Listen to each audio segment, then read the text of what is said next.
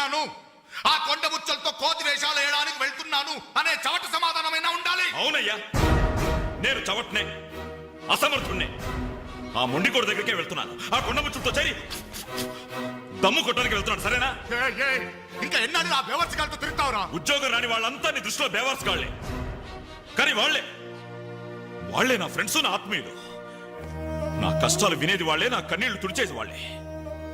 వాళ్ళతో మాట్లాడితేనే నాకు మనశ్శాంతిగా ఉంది. ఏడ్చావు. నీ వయసులో ఉద్యోగం చేస్తూ మా అక్కయ్య పెళ్లి చేశాను. 2 పిల్లలకి తండ్రినయ్యి గౌరవంగా ఇక్కడ దాకా సంసారం నెట్టుకొచ్చాను. మీ కాలంలో 100 ఉద్యోగాలకి ఒక్కడుండేవాడు. ఉద్యోగాలున్నాయి, రండి బాబు రండి అని పిలిచి మరీ ఉద్యోగాలు ఇచ్చారు. కానీ ఇప్పుడు ఒక్క ఉద్యోగానికి 1000 మంది పోటీ పడుతున్నారు. ఉద్యోగం ఇవ్వండి బాబు అని క్యూలో నిలబడితే కుక్కల్ని తరిమినట్టు తరిమి కొడుతున్నారు. కష్టపడేవాడికి ఉద్యోగం ఎక్కడైనా దొరుకుతుందిరా.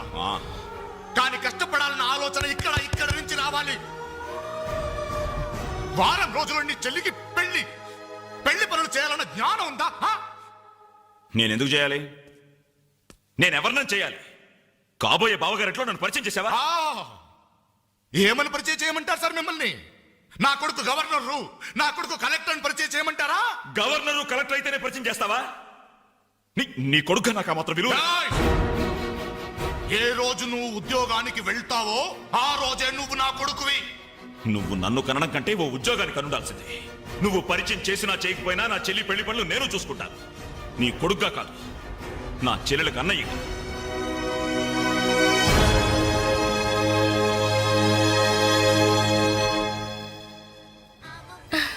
Very good. మీ చెల్లెలు పెళ్ళైన వెంటనే మన పెళ్లి జరిగిపోవాలి. ముందు నాకు ఉద్యోగం దొరకాలి, ఆ తర్వాతే మన పెళ్లి. 5 సంవత్సరాల నుండి ఇలాగే చెప్తూ పోస్ట్ పోన్ చేస్తున్నావు. అవతల మా వాళ్ళేమో పెళ్లి ప్రయత్నాలు చేస్తున్నారు. నాకేమో చాలా టెన్షన్ గా ఉంది.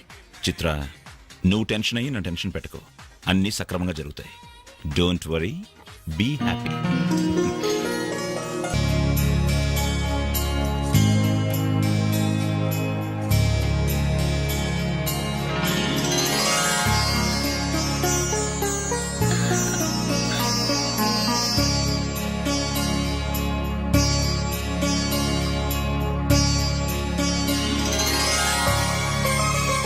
ఏంటనే అలా చూస్తున్నా?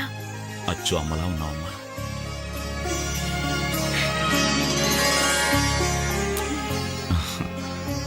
అంజలి, చెయ్యి.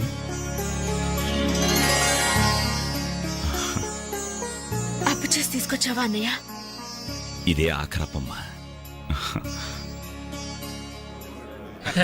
పెళ్లి కొడుకు చెప్పిందా? పెళ్లి కొడుకు ముందు బట్టలు మార్చుకో, అవతల పూజ మొదలవుతుందంట. ఒక్క నిమిషం, ఇప్పుడే వస్తానరా. ఇదిగో ఏం పర్లేదా, కాస్త లేటుగానేరా. ఈ లోపుగా నేను 4 హాస్టల్ లాగించేస్తారు. కలపలే మొక్కలా.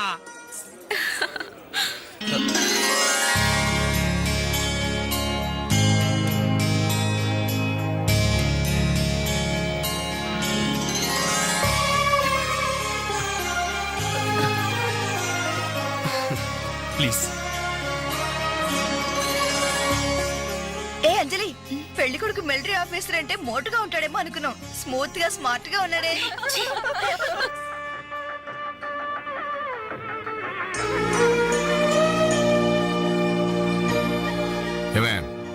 ఇట్రా.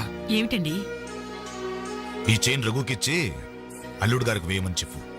రేపు మగపెళ్లి వాడి నుండి బావమరిది ఏమిచ్చాడన్న మాట రాకూడదు. ఆ ఇచ్చేదేదో మీరే ఇవ్వచ్చు కదండి. నేనిస్తే వాడిని అవమానించడానికి ఇచ్చాననుకుంటాడు. నువ్వెళ్ళు, నేను గుడికి వెళ్ళొస్తాను. రఘు, ఇలారా. ఏంటమ్మా? ఈ చైన్ తీసుకెళ్లి పెళ్లి కొడుకు ఇవ్వరా. ఎవరిచ్చారు? మీ నాన్నగారు.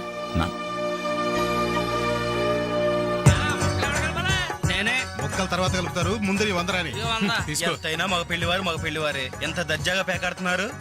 ఏమండ పెళ్లి ఎప్పుడో తెల్లారుజామున 3 గంటలకి. ఏం పర్లేదు, మీరు కూడా వచ్చాయన. రండి రండి. నువ్వేనా మొక్క? ఏంటమ్మా ఇంత లేటు? తొందరగా పదండి.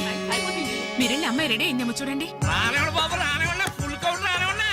ఒరే, మొక్కలు తిరిగిన మొగోళ్ళతోటి పోటీకి వచ్చారా?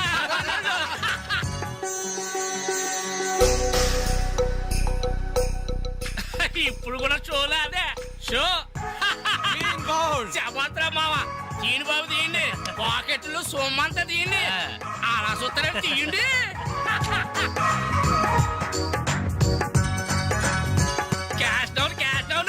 తర్వాత ఇస్తాను, మరొక ఆటేయండి. ఏంటి బాబు మరో ఆట ఇయ్యాలా? పాపం పాకెట్ ఖాళీ అయినట్టుందన్నా. పాకెట్ ఖాళీ అయితే మాత్రమేంద్ర మెడలో చేయను ఉంది, ఏడు కుంకలాలు ఉన్నాయి. పట్టుకోడు తీసి ఆడమంటే సిగ్గుపడాలి కానీ మెడలో చేయిని తీసి ఆడటానికే తీయబోయే చేయను. తీయి అరసొత్తేమని తీయి. వెరీ గుడ్ మగోడంటే ఇలా కూడా.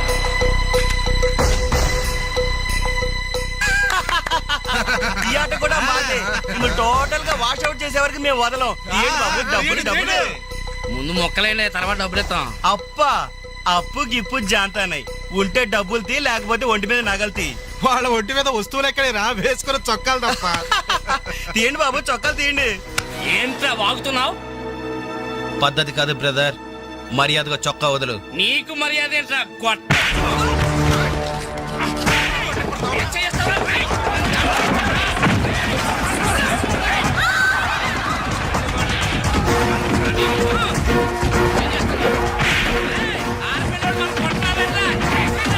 ఏమైంది? పెళ్లి కూతురు అన్న ఫ్రెండ్స్ మన వాళ్ళందరూ కొడుతున్నారా?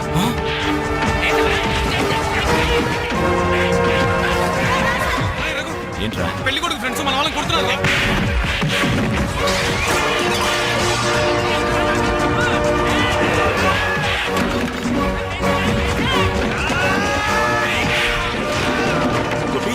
గోపి, ఇందులో మన తప్పేం లేదుగా? మన తప్పేం లేదురా, ముందు వాళ్ళే చేసుకున్నారు. ప్రామిస్ రా.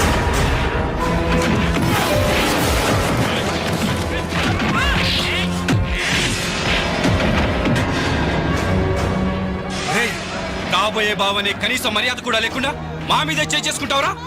ఎప్పుడో వేకువజామున 3 గంటలకి నా చెల్లి మెళ్ళలో తాళిబొట్టు కట్టిన తర్వాత నువ్వు నాకు బావవిరా. కానీ వీళ్ళు పుట్టినప్పటి నుంచి నాకు ఫ్రెండ్స్ రారా.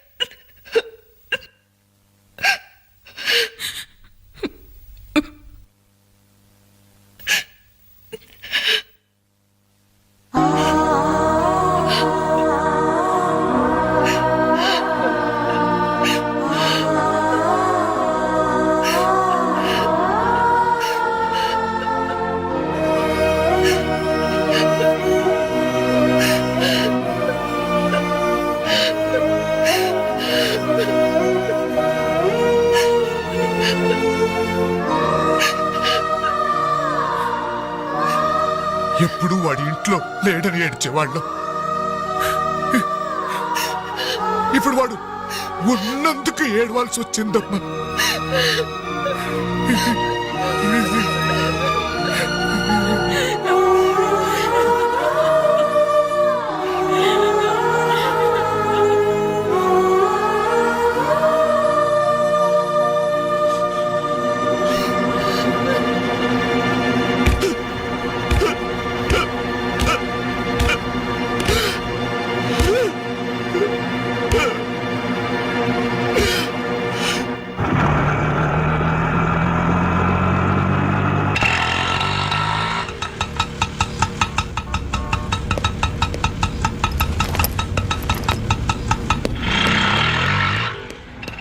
చిత్ర, నేను రఘుని కలవాలి.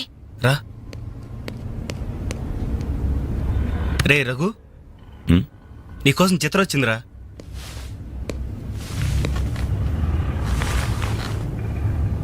చిత్ర, ఏమిటిది?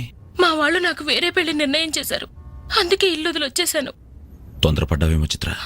ఇంకా అక్కడే ఉంటే బలవంతంగానైనా నా పెళ్లి చేస్తారు. చిత్ర, నా చెల్లెలి పెళ్లి నా వల్లే ఆగిపోయింది. ఇంట్లో వాళ్ళకి మొహం చూపించలేక వారం రోజుల నుంచి ఇక్కడే ఉంటున్నాను. ఈ పరిస్థితుల్లో నాకు తెలుసు నువ్వు నీ పరిస్థితి గురించి ఆలోచిస్తున్నావు. నా గురించి కూడా కొంచెం ఆలోచించు. ఒక ఆడపిల్లని గడప దాటి పెట్టుతో సహా బయటకు వచ్చానంటే మా ఇంట్లో ఏం జరిగి ఉంటుందో ఊహించు. ఇంకా నా వల్ల కాదు, వెంటనే మన పెళ్లి జరిగిపోవాలి. చిత్ర, మూర్ఖంగా మాట్లాడద్దు. అన్నిటికీ పెళ్లి సమాధానం అనుకుంటే అలాగే చేసుకుందాం. అదిగో కనబడుతోంది ఆ దేవాలయం. అక్కడికి తీసుకెళ్లి ఓ పసుపు తాడు కడతాను. ఫ్రెండ్స్ వస్తారు, ఆశీర్వదిస్తారు, ఏదో తోచిందిస్తారు, వెళ్ళిపోతారు. ఆ తర్వాత మన జీవితం ఏంటి, ఎలా బతుకుదాం? అందుకే చిత్ర, ఓ 2 నెలలు ఓపిక పట్టు, నాకు ఉద్యోగం వస్తుంది. రాకపోతే వస్తుంది చిత్ర, రాకపోతే వస్తుంది. ఛే! నన్నెవ్వరూ అర్థం చేసుకోరు. ఇంటికెళ్తే మా నాన్న నన్ను అర్థం చేసుకోడు, బయటికెళ్తే చుట్టుపక్కల వాళ్ళు అర్థం చేసుకోరు. చివరకు నన్ను నమ్మి నాతో జీవితం పంచుకోవాలనుకున్నా నువ్వు నన్ను అర్థం చేసుకోకపోతే నాకు వేరే మార్గం లేదు. నువ్వు కాదంటే చావనైనా చస్తాను గాని తిరిగి మా ఇంటికి మాత్రం వెళ్ళను. సరే, ఇప్పుడు నన్ను ఏం చేయమంటావు చెప్పు. ఏమండి, రఘు ఇంటికొచ్చి వారం రోజులవుతుందండి. అయితే నాన్న ఈరోజు అన్నయ్య పుట్టినరోజు నాన్న. ఏం చేయమంటారు నన్ను? కేక్ కట్ చేసి ఫంక్షన్ పెట్టమంటారా? ఏమే, వాడు పుట్టినరోజని ఇదిగో 10 రోజుల క్రితమే బట్టలు కొన్నాను. తండ్రినే, కానీ వాడు చేసిందేంటి? ఈ రోజు బజార్కి వెళ్తే ప్రతి వాడు ఏమండి మీ అమ్మాయి పెళ్లి ఆగిపోయిందంట కదా, దానికి కారణం మీ అబ్బాయినట్టే కదా అంటుంటే తల ఎక్కడ పెట్టుకోవాలని తెలియక చస్తున్నాను. ఇదిగో నేను లేనప్పుడైనా సరే వాడిని గాని ఈ గడపలో అడుగు పెట్టనిచ్చావో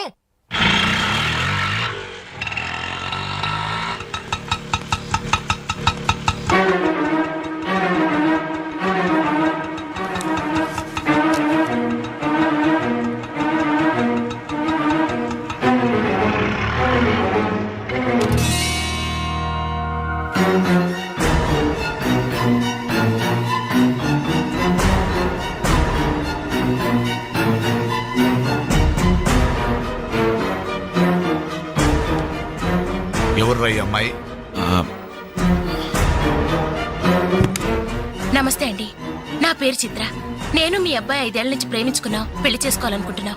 మా ఇంట్లో వాళ్ళు బలవంతంగా నా పెళ్లి చేయబోతుంటే ఇంట్లోంచి వచ్చేసాను. మీరు ఆశీర్వదిస్తే. ఆగమ్మా, ఆగు. కాస్త ఊపిరి పీల్చుకుని మాట్లాడమ్మా, లేకపోతే నా ఊపిరి ఆగిపోతుంది. ఆగు. ఇదెవరో తెలుసా? నా కూతురు, వీడి చెల్లి. 10 రోజుల క్రితమే పెళ్లి ఆగిపోయింది. దానికి కారణం ఎవరో తెలుసా? వీడే ఆ దౌర్భాగ్యుడు. అవును, వీడినెలా ప్రేమించావమ్మా? ఓ, ప్రేమించడానికి ఎవడో ఒకడు మగాడు దొరికితే చాలనుకున్నావా? ఒంటి నిండా కండ నిండా రంగు ఉంటే సరిపోతుందా? 5 ఏళ్ల నుంచి ప్రేమిస్తున్నానన్నావే, ఈ 5 ఏళ్లలో ఏం చేస్తున్నావు? ఎలా బ్రతికిస్తావని ఒక్కసారైనా అడిగావా? ఇదిగో, వీడు వేసుకున్న ప్యాంటు నేను కొన్నది, వీడు వేసుకున్న షర్టు బనిన్ను నేను కొన్నవి, ఆఖరికి ఈ చెప్పులు కూడా నావే, నా కష్టార్జితంతో కొన్నవి. ఇలాంటి బిచ్చగాడికి నువ్వు మెళ్ళో డోల్లా తయారయ్యావనుకో, నీకు తిండి నేనే పెట్టాలి, కట్టుకున్న చీర నేనే కొనాలి, తొడుకున్న జాకెట్ నేనే తెచ్చివ్వాలి. నువ్వు పూసుకునే పౌడరు, పెట్టుకునే బొట్టు, కాటుక, తల్లో పువ్వు, ఆఖరికి నువ్వు పడుకోవడానికి మంచం, దాని మీద దిండు, దుప్పట్టి అన్ని నేను సప్లై చేస్తే కాపురం మాత్రమే వీడి చేస్తాడు. ప్లీజ్, 5 సంవత్సరాలుగా మాకు అర్థం కానివి 5 నిమిషాల్లో తేల్చి చెప్పారు. ఎంతో ప్రేమగా అవమానించారు. థాంక్స్. చిత్ర, ప్లీజ్ రఘు, నాతో రావద్దు. మీ నాన్న నా కళ్ళు తెరిపించాడు. అది కాదు చిత్ర. సారీ సార్, మీరు మీ ఉద్యోగాన్ని వెతుక్కోండి, నేను నా జీవితాన్ని వెతుక్కుంటాను. చిత్ర,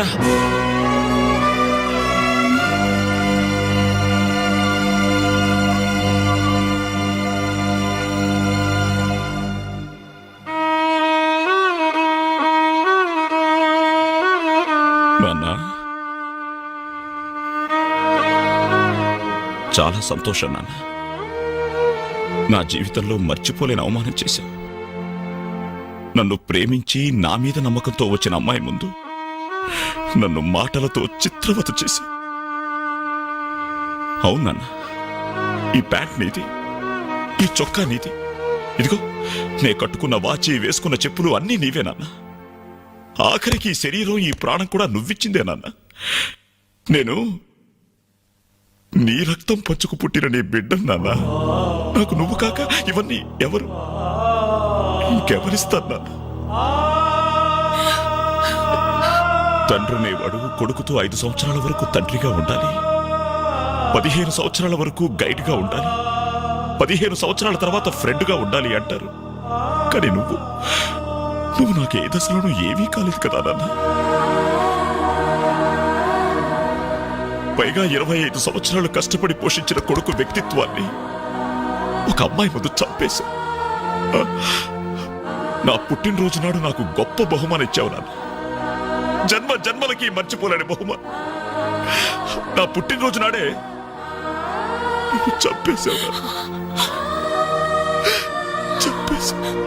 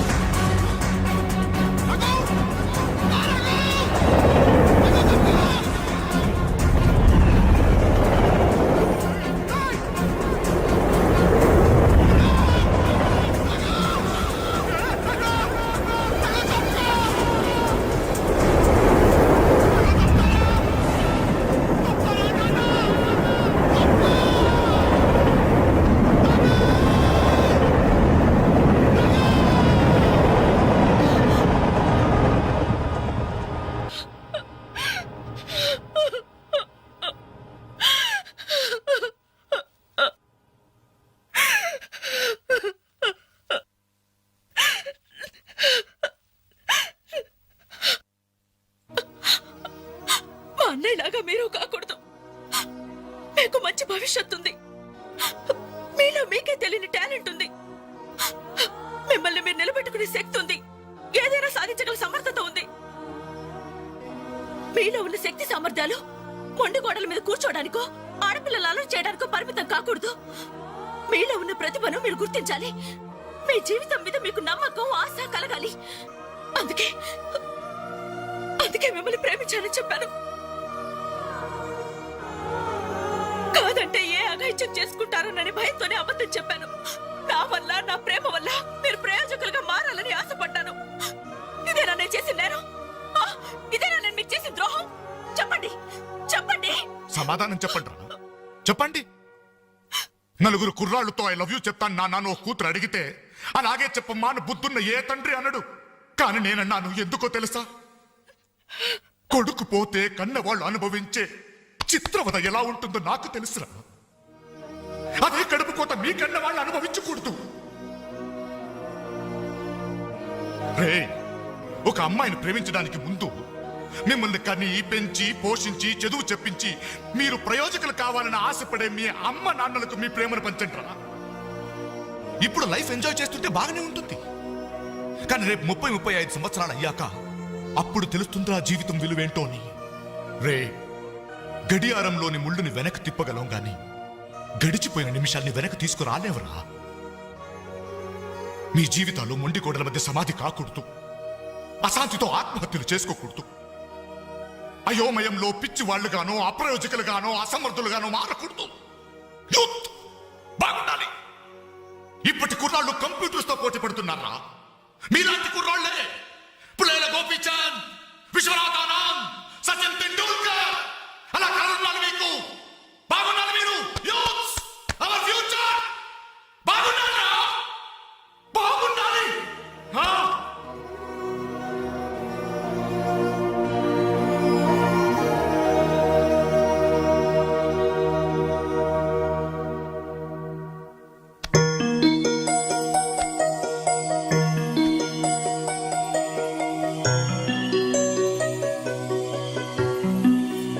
ఏమండి, అటు చూడండి. అలా చూడు.